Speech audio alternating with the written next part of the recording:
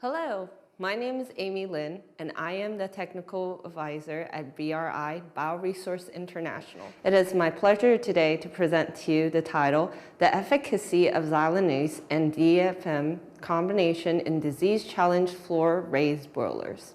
All plant materials contain non-starch polysaccharides that broilers and domestic layers have little digestion of.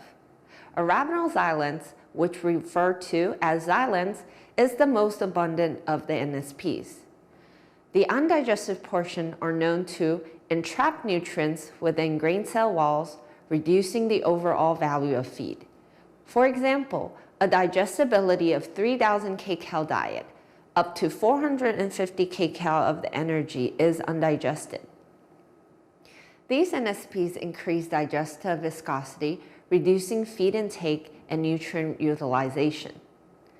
The undigested NSPs reduce the overall gut health by increasing the inflammation, oxidative stress, and tissue damage, which leads to higher gut maintenance requirements and energy. Xylanase belongs to glycoside hydrolase, or short for GH. Within the GH family, the GH11 are often referred to as the true xylanase. GH11 has an open palm structure where the substrates rest and allowing the enzyme to degrade both the side chains and the main chain xylan. These xylanases are effective on corn and soybean meal, which has higher insoluble substrates. Xylanase can break down the xylans into xylo-oligosaccharides, which can be utilized by beneficial bacteria to produce short-chain fatty acids and benefits the microbopulation in the gut. Gut health is strongly related to the nutrition absorption and immunity of the animal that would impact the growth performance. Bacillus species are a group of bacteria known to be a suitable candidate for feed additive due to its high tolerance to environment and can improve gut function. With the benefits from xylanase and in combination with the DFMs, we can further support a healthy gut. In a previous study, a product of xylanase and bacillus combination in a reduced energy diet demonstrated improvement in growth performance parameters such as body weight gain, feed conversion. With this result, we were curious if other combinations can deliver similar effects, and would the result differ if the birds were disease challenged. Therefore, we hypothesized that the combination of xylanase and bacillus species from various sources will improve growth performance, mortality, and microbial load. This trial lasted 42 days.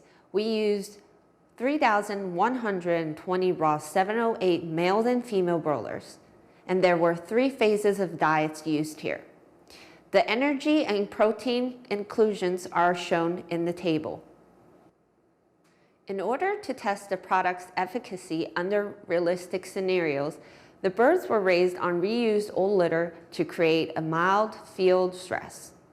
In addition, a pathogen challenge of Clostridium innemoria was orally introduced to the chicks at 1, 7, and 10 days post-hatch.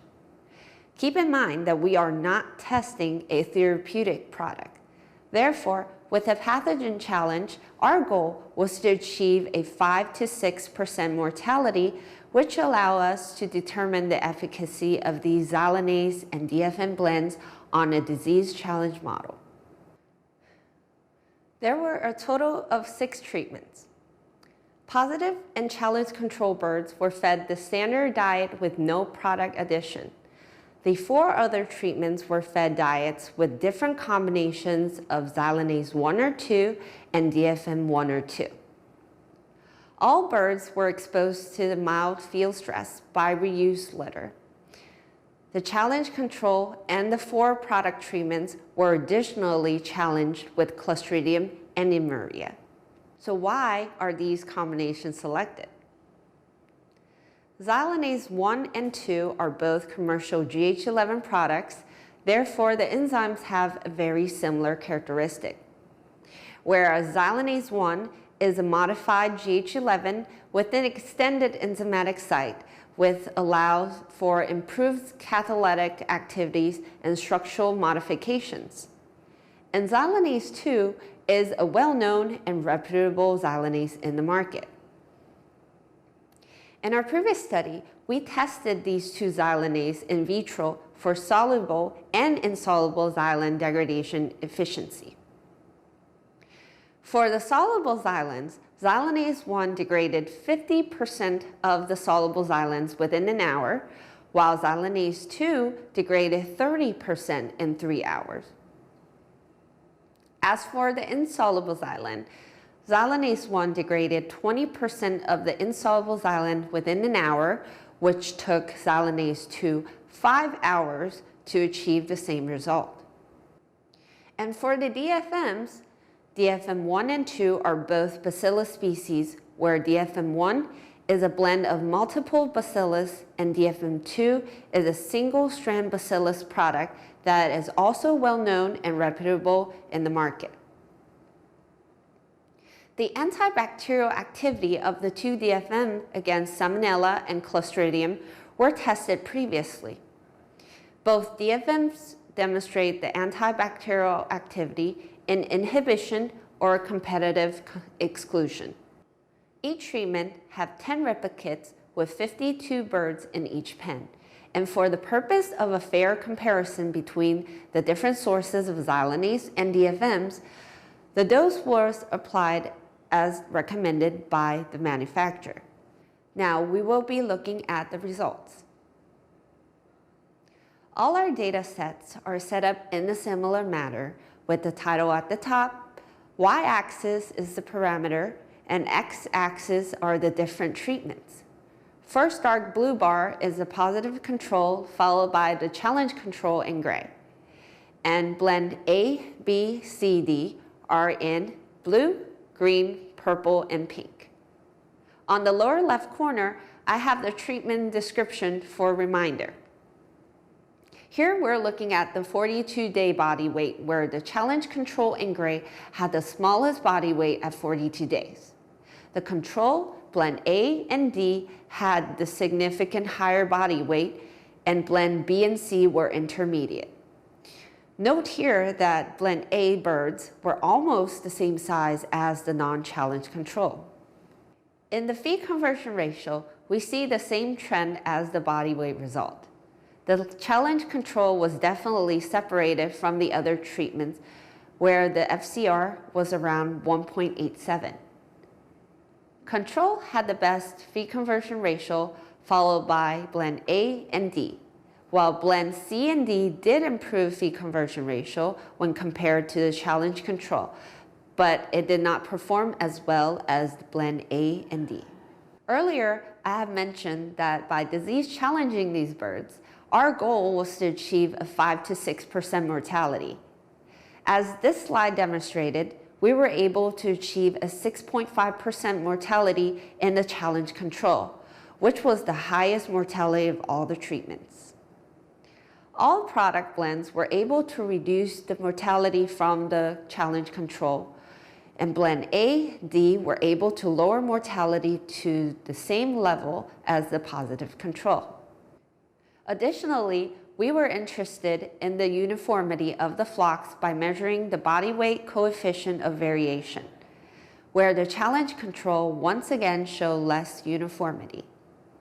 Blend A and D were similar to the positive control, and B and C were intermediate.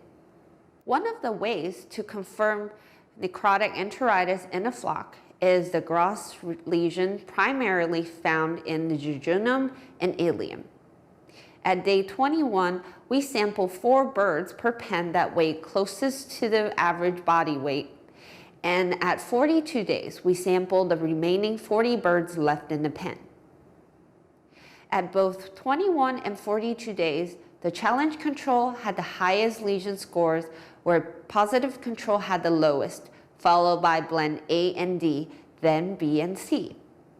Overall, the lesion score is slightly higher in day 21 than in day 42 due to the bird age. To get an idea of how the blends are affecting the microbes in the GI tract, we also measured the Digesta E. coli. Again, The challenge control had the highest E. coli, while positive control, blend A and D, had the lowest. One thing interesting here is that the blend A had a noticeable lower E. coli compared to the positive control. The same small intestinal lining scraping was also measured for Clostridium perfringens at day 42. The challenge control had the highest Clostridium, whereas positive control, blend A and D, had the lowest, followed by B and C. Salmonella incidence was measured in the small intestines at the end of the trial. Although the birds were not specifically challenged with Salmonella, we were able to find Salmonella incidence increase in the disease challenge treatments. According to research, 42-day broilers with necrotic enteritis do not always have a higher prevalence of Salmonella. However, this result confirms the antibacterial activity we have observed in vitro. All 4 product treatments reduced Salmonella incidence at day 42, with the A and D combination performed better than B and C. To summarize the presentation, the Xylanase and DFM combination can improve gut function and protection, reduce pathogen load, and alleviate the negative effect in presence of a disease challenge. Also, the selection of the correct Xylanase and DFM used in the combination is the key to achieve superior outcome. If you have any other questions, please email me, and thank you all for your time today.